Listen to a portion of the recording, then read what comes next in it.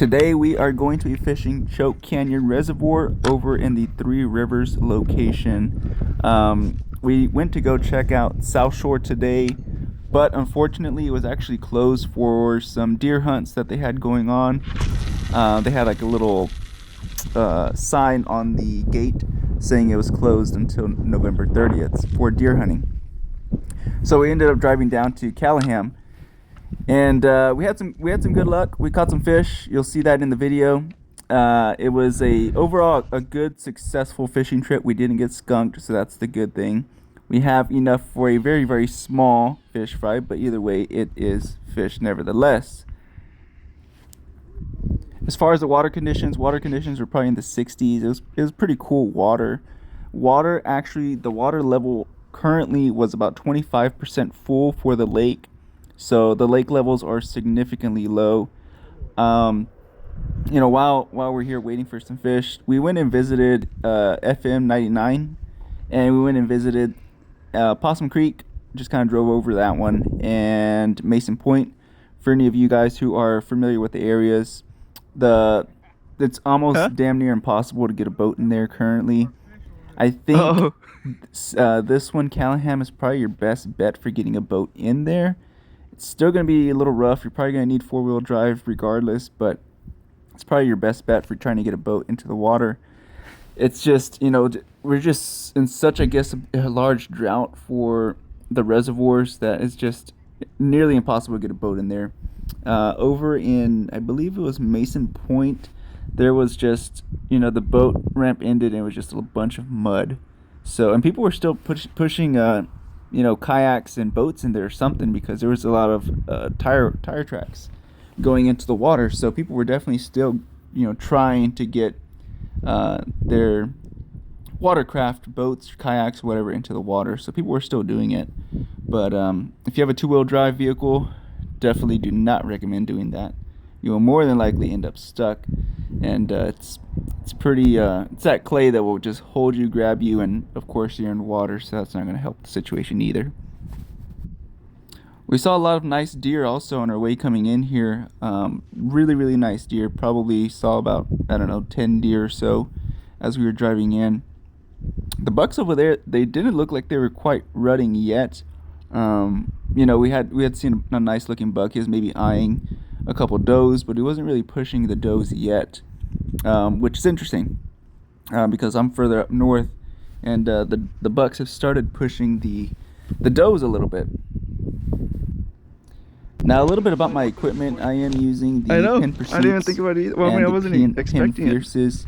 And I will leave all those fishing rods down below for anyone who is interested in my fishing gear. That's a good pound. Along with the bags and everything else that I use. Like 2 pounds? 3 pounds? So we ended up catching this fish here. And, well, unfortunately, it kind of caught me off guard, and I wasn't ready with the camera in time. The water's cold. So I missed the whole fight. But, nevertheless, here he is. He's about 3 pounds, 2 to 3 pounds. He's a good, solid fish. He was pretty cold. Yeah, he was definitely down at the bottom. He was a pretty cold fish. Yeah, I didn't fight a whole lot, but enough to give me a little bit of adrenaline rush.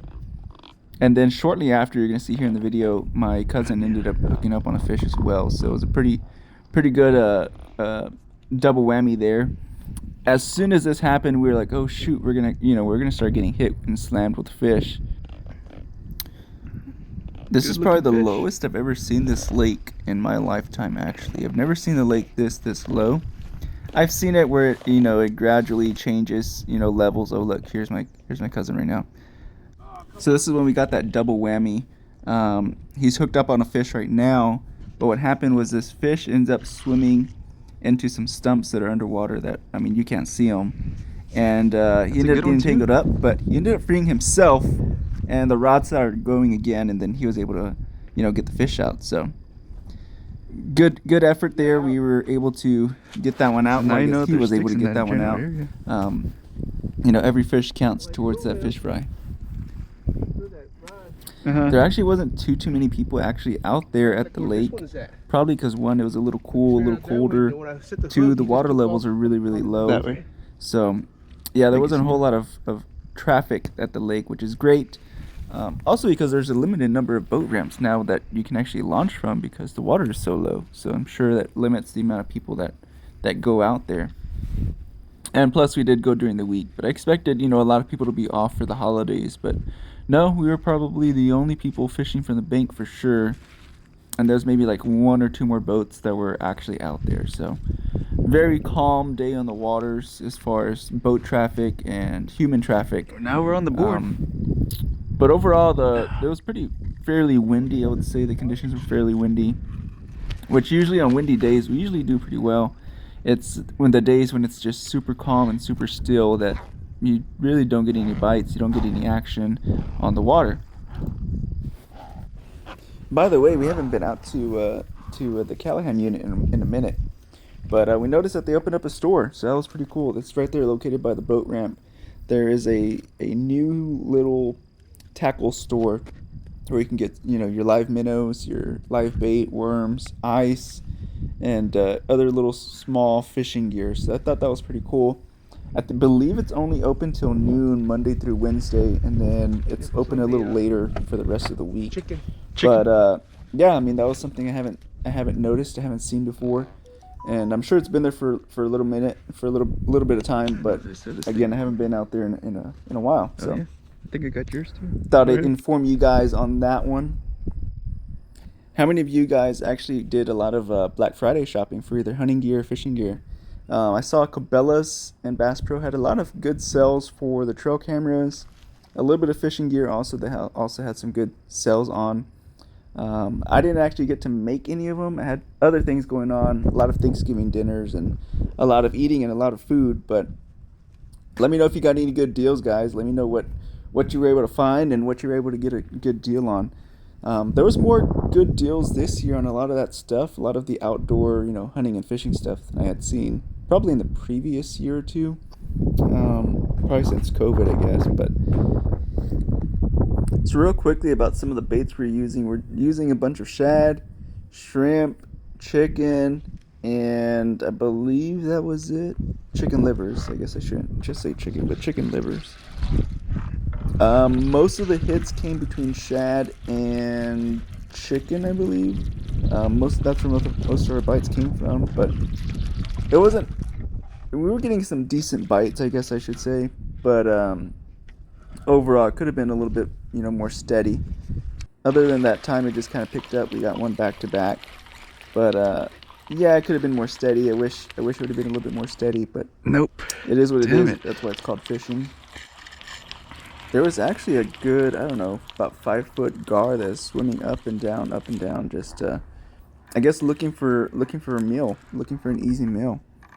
And then there was a little Caught my other seagull one, I looking guess. bird. I don't know if he's even in this frame, but yeah, that guy was like, I was getting ready to throw my rod, and that little seagull would, attempt to try to catch my bait as I'm trying to throw it, or as soon as we would reel in our reels, he would try to chase the dang bait. It was crazy, but gotta give him an A+ for persistence and effort, because he never gave up. And towards the end, we're just like, here you go, dude. Like, here's some free meals.